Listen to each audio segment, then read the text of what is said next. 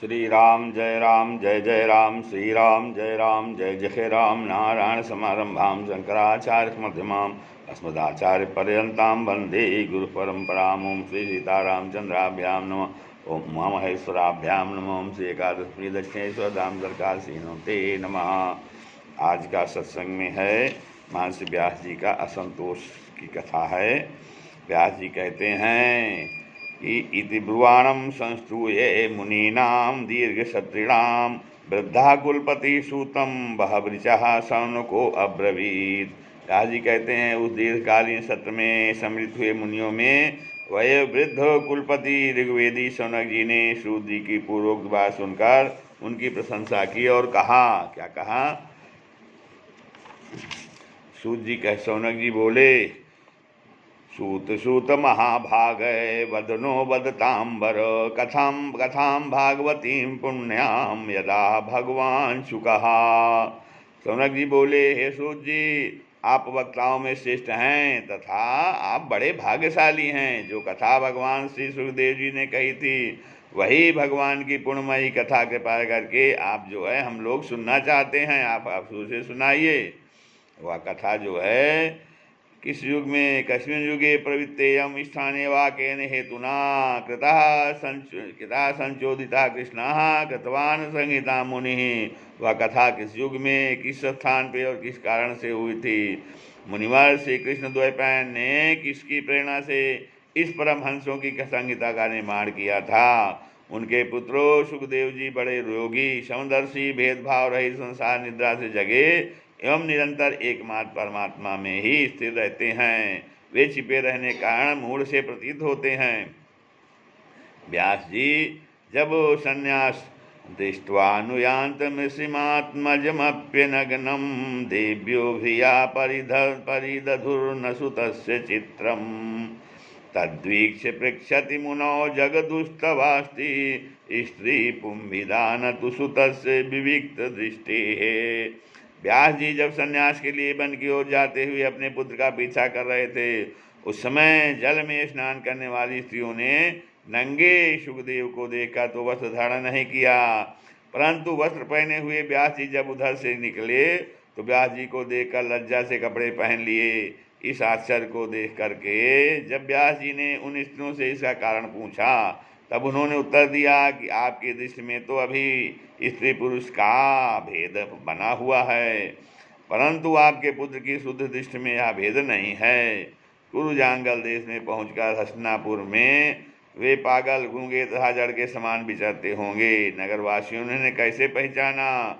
पांडव नंदन राजर्षि परीक्षित का इन मौनी सुखदेव जी के साथ संवाद कैसे हुआ जिसमें यह भागवत संहिता कही गई? महाभाग श्री सुखदेव जी तो गृहस्थों के घरों को तीर्थ स्वरूप बना देने के लिए उतनी ही देर उनके दरवाजे पर रहते हैं जितनी देर में एक गाय दुही जाती है। सूत जी कहते, सूत जी हमने सुना है कि अभिमन्यु नंदन परीक्षित भगवान के बड़े प्रेमी भक्त थे। उनके अत्यंत आश्चर्यमय जन्म और कर्मों का भी वर्णन करिए। वे तो पांडव वंश के गौरव बढ़ाने वाले सम्राट थे। भला किस कारण से सामाज लक्ष्मी का परित्याग करके गंगा तट पर मृत्यु पर्वत अनशन पर्वत लेकर बैठ गए थे? शत्रुघ्न अपने भले के लिए बहुत सा धन लाकर उनके चरण रखने की चौकी को नमस्कार करते थे। वे एक वीर युवक थे। उन्होंने उस दुष्टर लक्ष्मी को अपने प्राणों के साथ भला क्यों त्याग देने की इच्छा की? जिन लोगों का जीवन भगवान के आश्रित है वे तो संसार के परम कल्याण अभ्युदय और समृद्धि के लिए ही जीवन धारण करते हैं। उसमें उनका अपना कोई स्वार्थ नहीं होता है। उनका शरीर तो दूसरों के हित के लिए था। उन्होंने विरक्त होकर उसका परित्याग क्यों किया? वेदवाणी को छोड़कर अन्य समस्त शास्त्रों के आप पारदर्शी विद्वान हैं सूत जी, इसलिए इस समय जो कुछ हमने आपसे कहा है, हमने आपसे जानना चाहा है, वह सब कृपा करके हमसे कहिए। सूत जी कहते हैं, द्वापरे समनुप्राप्ते तृतीये युग पर्यये जाता पराशराध्योगी व्यासभ्याम कलया हरे। सूत जी कहते हैं इस वर्तमान चतुर्युगी के तीसरे युग द्वापर में महर्षि पराशर के द्वारा वश कन्या सत्यवती के गर्भ से भगवान के कला अवतार योगीराज व्यास जी का जन्म हुआ। एक दिन वे सूर्योदय के समय स्वस्ति के पवित्र जल में स्नान आदि करके एकांत पवित्र स्थान पर बैठे हुए थे।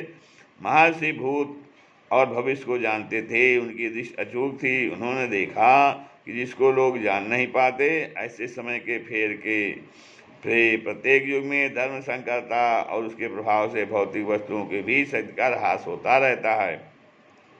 संसार के लोग श्रद्धाहीन और शक्ति रहित हो जाते हैं। उनकी बुद्धि कर्तव्य का ठीक ठीक निर्णय नहीं कर पाती और आयु भी कम हो जाती है। लोगों की इस भाग्यहीनता को देखकर उनमें मुनीश्वर ने अपनी दिव्य दृष्टि से समस्त वर्णों और आश्रमों का हित कैसे हो, इस पर विचार किया। उन्होंने सोचा कि वेदोक्त चातुर्होत्रो कर्म लोगों का हृदय शुद्ध करने वाला है। इस दृष्टि से यज्ञों का विस्तार करने के लिए उन्होंने एक ही वेद के 4 विभाग किए। व्यास जी के द्वारा ऋग्वेद, यजुर्वेद, सामवेद और अथर्ववेद, इन 4 वेदों का उद्धार अर्थात पृथक्करण हुआ। इतिहास और पुराणों को 5वां वेद कहा जाता है। उनमें से ऋग्वेद के पहल साम वेद के विद्वान जैमिनी और यजुर्वेद के एकमात्र स्नातक वैशंपायन हुए। अथर्ववेद में प्रवीण हुए वरुण नंदन सुमंतु मुनि इतिहास और पुराणों के स्नातक मेरे पिता रोमहर्षण थे। इन पूर्वोक्त ऋषियों ने अपनी अपनी शाखा को और भी अनेक भागों में विभक्त कर दिया। इस प्रकार शिष्य प्रशिष्य और इनके शिष्यों द्वारा वेदों की बहुत सी शाखाएं बन गई। तो कम समझ वाले पुरुषों पर कृपा करके भगवान वेद व्यास ने इसलिए ऐसा विभाग कर दिया कि जिन लोगों को स्मरण शक्ति नहीं है या कम है, वे भी वेदों को धारण कर सकें। स्त्री, शूद्र और पतित द्विजाति तीनों ही वेद श्रवण के अधिकारी नहीं हैं। इसलिए वे कल्याणकारी शास्त्रोक्त कर्मों के आचरण में भूल कर बैठते हैं। अब उसके द्वारा उनका भी कल्याण हो जाए, यह सोचकर महामुनि व्यास जी ने बड़ी कृपा करके महाभारत इतिहास की रचना की। शौनकादि मुनियों, यद्यपि व्यास जी इस प्रकार अपनी पूरी शक्ति से सदा सर्वदा प्राणियों के कल्याण में ही लगे रहे, तथापि उनके हृदय को संतोष नहीं हुआ। उनका मन कुछ खिन्न सा हो गया। सरस्वती नदी के पवित्र तट पर एकांत में बैठकर धर्मवेत्ता व्यास जी मन ही मन विचार करते हुए इस प्रकार कहने लगे, मैंने निष्कपट भाव से ब्रह्मचर्याव्रतों का पालन करते हुए वेद, गुरुजन और अग्नियों का सम्मान किया है और उनकी आज्ञा का पालन किया है। महाभारत की रचना के बहाने मैंने वेद के अर्थ को खोल दिया है, जिससे स्त्री शूद्र आदि भी अपने अपने धर्म कर्म का ज्ञान प्राप्त कर सके। यद्यपि मैं ब्रह्म तेज से संपन्न में समर्थ हूँ, तथापि मेरा हृदय कुछ अपूर्ण काम सा जान पड़ता है। अवश्य अब तक मैंने भगवान को प्राप्त कराने वाले धर्मों का प्रायः निरूपण नहीं किया है। वे ही धर्म परमहंसों को प्रिय हैं और वे ही भगवान को भी प्रिय हैं। हो न हो मेरी अपूर्णता का यही कारण है। अवश्य अब तक मैंने भगवान को प्राप्त कराने वाले धर्मों का प्रायः निरूपण नहीं किया है। वे ही धर्म परमहंसों को प्रिय हैं और वे ही भगवान को भी प्रिय हैं। किं वा भागवता धर्मा न प्राणे निरूपिता प्रिया परमहंसानां तयो ह्यच्युत प्रिया।